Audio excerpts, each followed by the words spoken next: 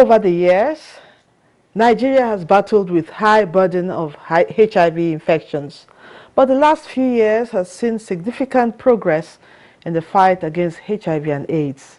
The country has recorded a significant decline in HIV prevalence from 5.5% in 2001 to 1.3% in 2018.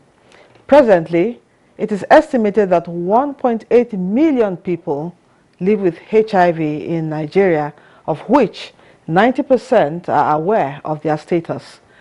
The Global AIDS Strategy 2021 to 2026 and the 2021 Political Declaration on AIDS have revealed the reasons why the world missed the 90-90-90 targets, which had anticipated that 90% of HIV-infected individuals would have been diagnosed by 2020, 90% of whom will be on antiretroviral therapy, ART, and 90% of whom will achieve sustained virologic suppression. The COVID-19 pandemic that took the world by storm last year is, however, seen to have had dramatic consequences for HIV containment, with human and financial resources diverted, prevention programs compromised, and supply chains disrupted. Now, statistics reveal that 2/3 of all people with HIV live in sub-Saharan Africa, with data from UNAIDS showing that people infected with HIV have twice the risk of dying from COVID-19 compared to the general population. On this edition of Nigeria Today, we shall be looking at efforts towards ending HIV/AIDS in Nigeria. Welcome to the program. I am Lydia Odije Ochi.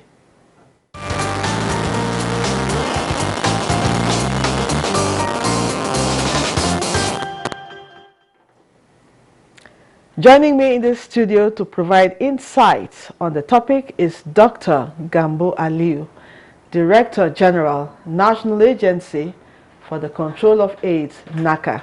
Glad to have you join us on Nigeria Today. Thank you, Lydia, for inviting me. Also with us here in the studio is Christy Lanion, Executive Director and Managing Consultant, Family Health International. You're welcome to the program. Thank you so much, Lydia. Okay, let me begin with Dr. Gambo. 30 years after HIV/AIDS was first discovered in 1981, would you say it is still a public health threat? Yes, Dr. Gambo. Lydia, it is 40 years today.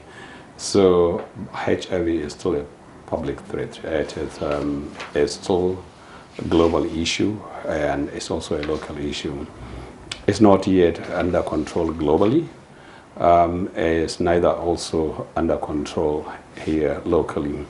But suffice is to say, tremendous work has been done, a lot of successes recorded, and the global community as well as the local community are on the path of controlling the pandemic. The 2030 target is looking very, very possible. Okay. Now, Christy, how would you rate the impact of the COVID-19 pandemic on the fight against HIV and AIDS? And if I may add, what consequences did the pandemic have on global HIV interventions? I'd like to start on a positive note to say that a recent study by the Global Fund showed that Nigeria is a success story when it comes to the impact mitigation for COVID-19. While COVID-19 has impacted on the general populace, the various systems and structures that HIV/AIDS programming had built in Nigeria provided the country an early response opportunity. Nigeria was able to use the community structures. I recall that Dr. Aliyu contacted me and said he needs information about the various community structures in my program, for instance. These community structures were shared with the NCDC, and so those structures were the early ways in which contact tracing, getting information about COVID to people happened. I need to say that because, you know, as Nigerians often would look at the negative first. However, the COVID-19 pandemic did disrupt the supply chain. A lot of the medication that should have come in could not come in. Production, even internationally, was affected because people couldn't go out to do the work. And so there were delays in receiving important medication. But it needs to be said that the early response, just like when it happened with Ebola, that Nigeria had to quickly do what we refer to technically as differentiated service delivery for HIV clients, ensured that the HIV infected and known clients did not come down significantly with the COVID, because COVID was attacking people who were already immunocompromised. So what we did in the DSD approach was to ensure that those who were on treatment got 3 months, 6 months medication and did not need to come to the facility. Within a very short time of around 6 weeks, we were able to apply DSD in my program to about 70% of those who were on our clientele list. So in that regard, we were able to forestall the effect or the impact of COVID on individual HIV positive clients. However, in the general population, COVID still impacted a lot of people because of the, how would I say it, we did not believe, just like we did with HIV, that the epidemic existed. It's okay, thank you so much for that. Dr. Gamboali, the global target for ending HIV and AIDS remains 2030. How achievable is this? Highly achievable. Here in Nigeria, we're looking at hitting that global target before 2025 latest. And we're looking at a window of 18 months to 2 years from now. We should be able to hit the roof in terms of the global target, which means identifying 95% of people that live with HIV in Nigeria to know they have HIV, and 95% of those who live with HIV and know they have HIV have access to life-saving medications, and 95% of those that have access to the life-saving medication have this medication working to suppress the virus. Once this virus is suppressed and is below detection, what happens is that it cannot be transmitted from the person that has it to one that does not have it. Second, it cannot continue to destroy the immune defense mechanism or the body mechanism that protects the body against infection and infestation, which is the mechanism HIV utilizes to cause what we call AIDS. Once AIDS sets in, you see sickness, and that is when it begins to show in the face of individuals that have it. And if treatment is not given and care is not given, that is the pathway to death. In fact, while you were talking, I was just imagining how one would contend with HIV and AIDS and COVID-19 at the same time. Honestly, I shudder at the thought. Now, one issue that kept resonating in the discussion of ending HIV in Nigeria is that of funding. Now, Christy, how responsive would you say the federal government has been in providing the necessary funding to end HIV in Nigeria? To be fair, as I said, to ourselves and to the country, the government of Nigeria has made a lot of effort in funding in recent years. I know that sometimes in 2020, before the COVID, Dr. Aliyu and I were in South Africa, and we were talking about the effort at putting about 100,000 people on treatment by the government of Nigeria, and the government came through with this. But this is really a drop in the bucket compared to the resources that the donors are bringing to help us in this fight. The way that I can maybe explain this is to say that 3/4 of the resources, 75% of the resources to fight HIV is coming from the donor and international communities. The resources that the country contributes in personnel and in the infrastructure that is already available. This is enormous, but it by no means addresses the cost of drugs, for instance. To put about 200,000 people on treatment for about a year, you would be looking at about something close to 100 million US dollars, about 80 million US dollars for about 200,000 people on treatment.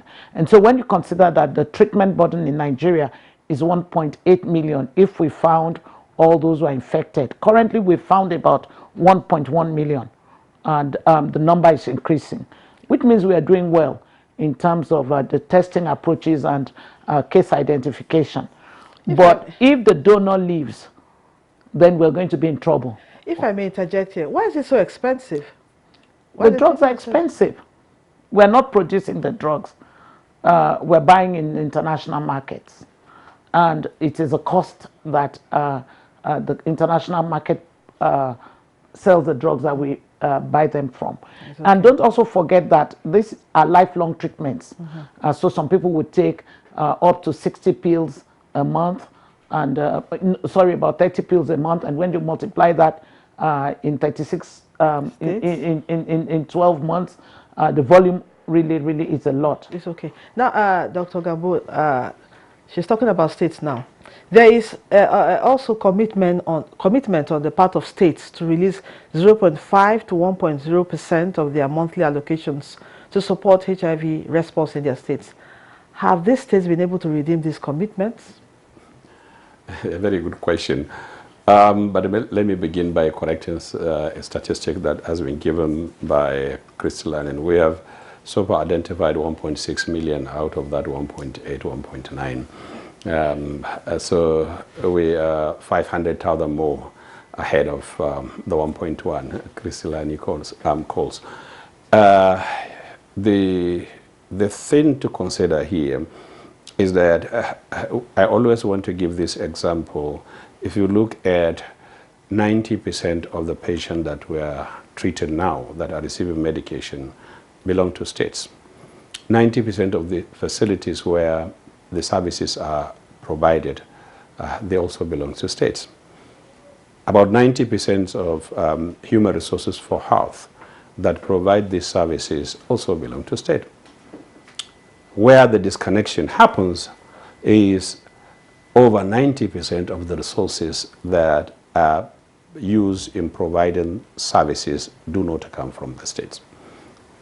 So, to be precise, about 80 to 85% of the resources that are used for HIV programming in this country come from the donor communities, largely the United States PEPFAR program and the Global Fund to fight HIV, malaria, and tuberculosis. And this is the nightmare we are having and working around now for the next 1 to 2 years. We want to work hard to see that we have sustainability structures in place. Okay. Yeah. Apparently, there's need for more commitment from the states.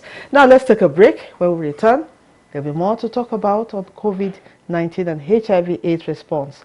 Please, do stay with us. This is NTA News 24 broadcasting from Abuja. You can watch us anywhere, anytime on the following platforms. Star Times Channel 101, Red TV Channel 703, DSTV Channel 419, and GoTV Channel 426. For more information, log on to our website www.nta.ng or join us on our social media handles, Facebook at NTA News 24. For comments, suggestions and inquiries, send an email to news24@nta.gov.ng or call us on the following numbers. NTA News 24. News and more news.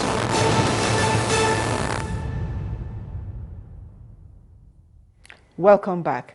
If you've just tuned in, we have been discussing COVID-19 and HIV and AIDS response with experts in the studio. Dr. Gambo Aliu, Director General, National Agency for the Control of AIDS, NACA, and Christy Lanion, the Executive Director and Managing Consultant, Family Health International. Dr. Gambo, tomorrow, December 1st, the world will be commemorating World AIDS Day, and Nigeria has chosen the theme, End Inequality and AIDS Through Sustainable Financing. What exactly are the issues around this theme?